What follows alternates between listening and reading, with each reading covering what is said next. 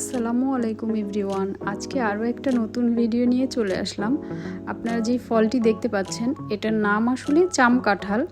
এটা দেখতে কাঁঠালের মতো হলেও এটা অ্যাকচুয়ালি কাঁঠাল না, এটার ভেতরটা কিন্তু ডেওয়া ফলের মতো। তো এটা ফলটা কিন্তু আসলে সচরাচর আমরা দেখি না, বা এটা কিন্তু সচরাচর পাওয়াও যায় না। তো আজকে আপনাদের ভাইয়া অফিস থেকে আসার সময় এটা নিয়ে এসেছে। তার এক বড় ভাই, তার কলিগ, সে তাকে এটা দিয়েছে। সাধারণত এটা জংলি ফল, এটা কিন্তু পাহাড়ি অঞ্চলগুলোতে হয়তো পাওয়া যেতে পারে।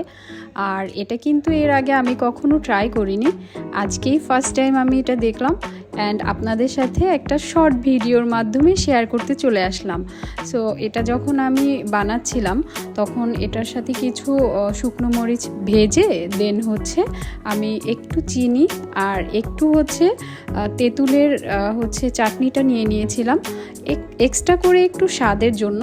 দেন আমি এটার যে কোয়াগুলো আপনারা দেখছেন সেগুলোকে তুলে জাস্ট এটার সাথে মিক্স করে নিয়েছি।